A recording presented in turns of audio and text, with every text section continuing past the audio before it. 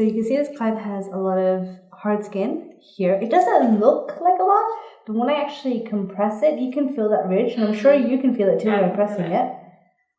If I push there, how does that feel? Can you feel?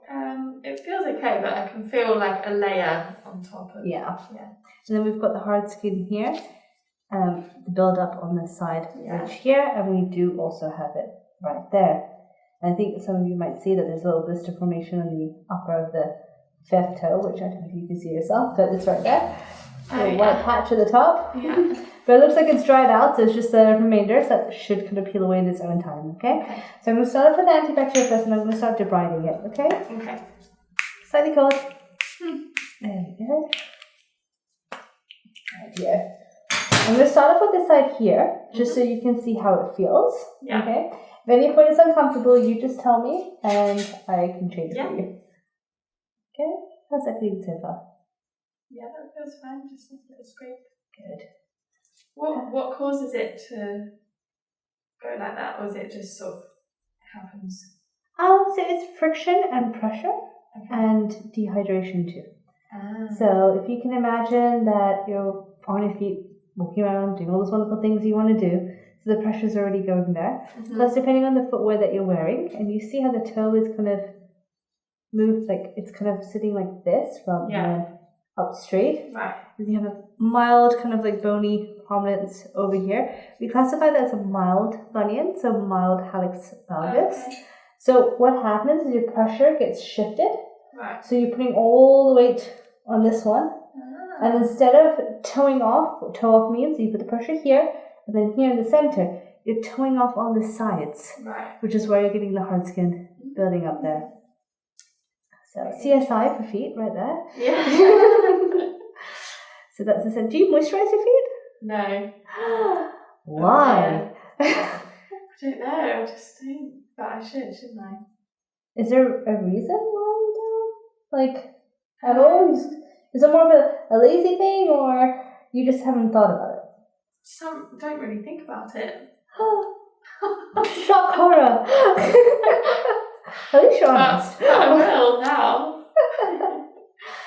Yeah, you definitely need to start creaming, and make sure you use like a proper cream, not like a body lotion, for example. Yeah, a foot cream. Correct. Okay.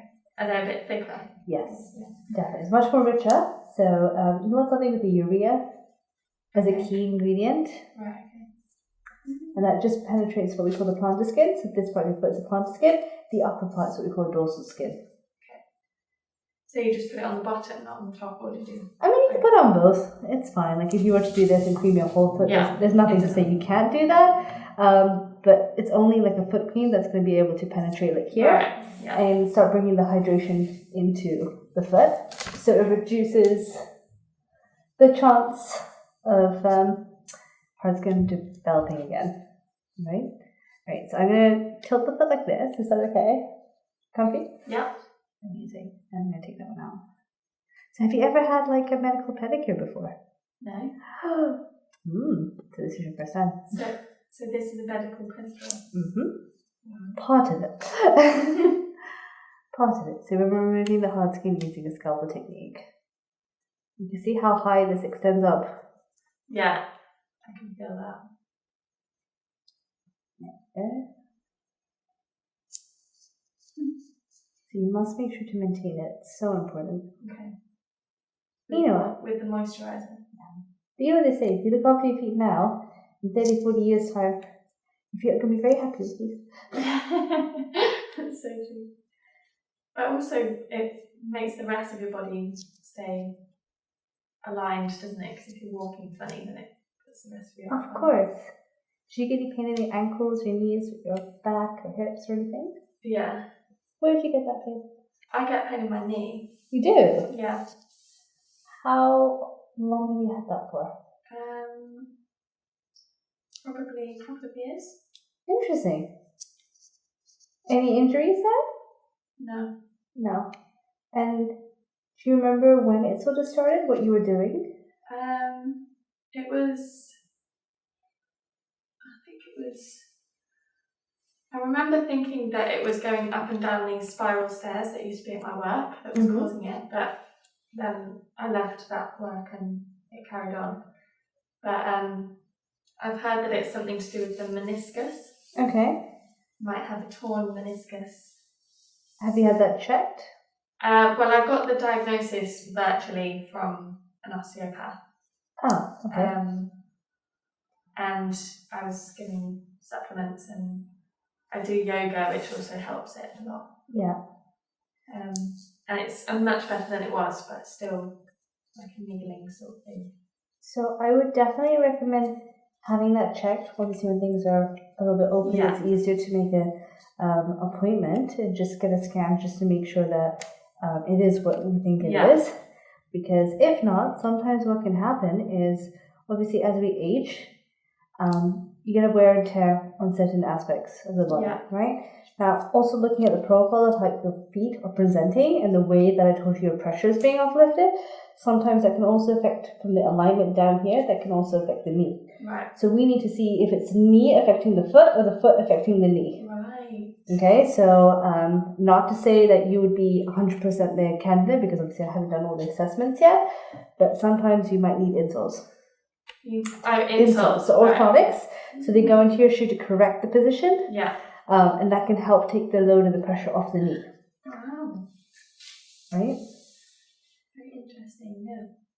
So that's what I'm saying. Definitely get it checked, because I think sometimes just kind of guessing without a thorough investigation just might not hit it, you know? Yeah. No, you're right.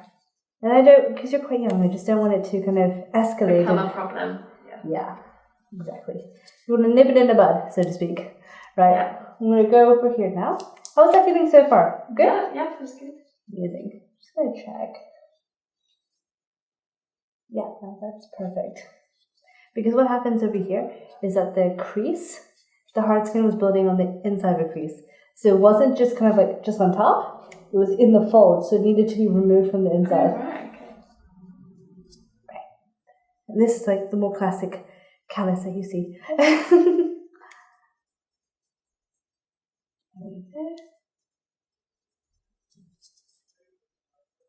And when you do yoga, what type of yoga are you doing? Well, I teach yoga. I do vinyasa, flow,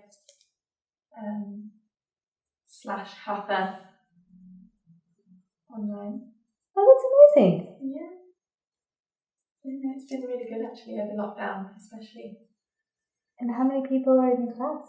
I get between 15 and 25. That is incredible. Usually, which is really good, yeah. So good. And I think it's actually been really good because the people that have come online haven't necessarily been yogis. They've just been people that fancied giving it a try but wouldn't necessarily have gone to a yoga studio or anything. So I feel like it's being online, it's been able to reach more people. Yeah, for sure. And you kind of made it a safe environment for them to want to try it. Yeah. And now I think now they would probably go to a studio, but I don't think they would have ever tried it otherwise.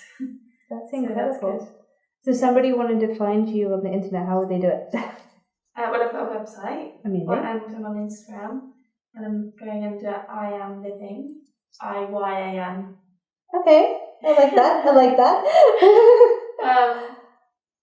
The idea behind it was that yam is the heart chakra sound. Oh. So it's like a play on that, really. That's very clever. Yeah. That's really clever. And did you have to do like training for it? For the yoga? Yeah, I trained in Indonesia. Incredible. It was like an intensive month-long teacher training. You do 200 hours in a month. Wow. Yeah, which is quite full on. It was the most amazing thing, most amazing experience. Even if you didn't want to go and teach yoga afterwards. Yeah. Just to learn about it, and you learn loads about yourself as well. That is incredible. What made you want to do that? Well, I went on some university surf trips and did some yoga on those and loved it. And and found it really helpful for like my mental health more than anything. And then because that's so important, right? So important, yeah. And you don't realise how much of a difference it can make just doing breathing with movements and just taking a bit of time for yourself. So yeah, and then I just wanted to travel, and I thought that a way to travel is to learn about yoga and then go and teach it in different parts of the world. And it's incredible that you're doing it. You're doing exactly what you set out that you were going to do. Yeah. You should be really proud of yourself. Thank you. That's really awesome. And you're really connecting with people, and you're helping them and changing lives. Oh, thank you. You know, yeah, it's true. I think credit is due where credit is due. I mean, if you can make me touch my toes, I'd be a very happy lady. Well, so that you can do foot scraping on them. Good one. Honestly, I've been trying for years, and I don't think. Well, some people's bodies just won't, and that's sort of like the beauty of yoga, is learning about your own body and learning what your body is capable of and what it's not. See, that's the nicest thing any yoga teacher's ever said to me. Oh. Most like, you just need to keep practicing. And I'm like, I really won't. I've been trying for like years. No, it's, honestly, some people's like bone structures are not ever going to allow them to touch their toes. So it's just learning whether it is your bone structure or whether it's muscle tightness or tightness in the tendons or. Well, sign me up to your class. You have me sold. There you go. When do you normally do your classes? Tuesday, 6 p.m. Oh no, I'm at work. Well, I'm going to start doing some recordings as well. Okay. Actually, starting next week in my dad's studio that he's built over lockdown. Oh, cool. So yeah. Well, if you start doing that, I'll send them over. And if you ever do it on a day that's not a Tuesday, let me know. Yeah. And then we can all laugh together. Well, that's the fun of it, isn't it? And I don't mind. I think I'd laugh myself over it. But it's good fun. Right, now I'm going to use the device now, okay? Again, it's going to take a little bit more, especially because it's on the pad of the foot. I'm going to start off over here and then work my way up to the top. Okay. So I'm just going to tilt the foot like that. Is that okay for you? Yeah. Good. It's hard-working yoga feet. Is that comfortable? Yeah, that's fine. Okay.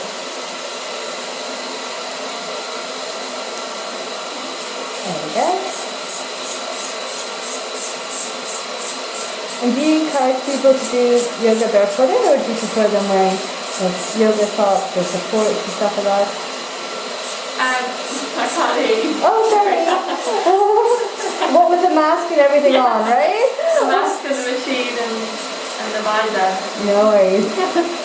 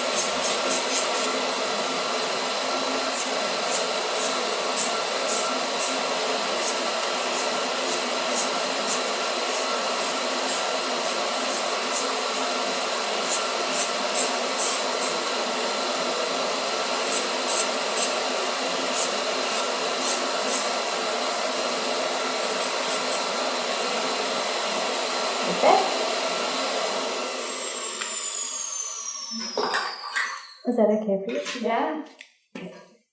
Slightly curl again. So you can see. How does it feel when I touch it now? So much better. You feel the flexibility back into the skin? Yeah. Doesn't feel as rigid anymore anywhere? Yeah. Ooh, that's nice. Do you want to feel it yourself? Yeah. Okay, go for it.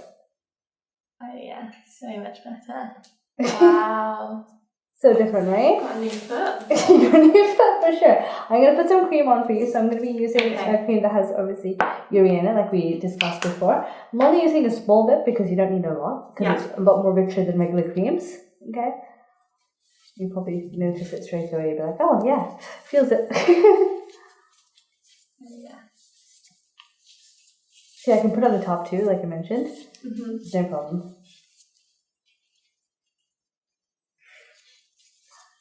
There we go.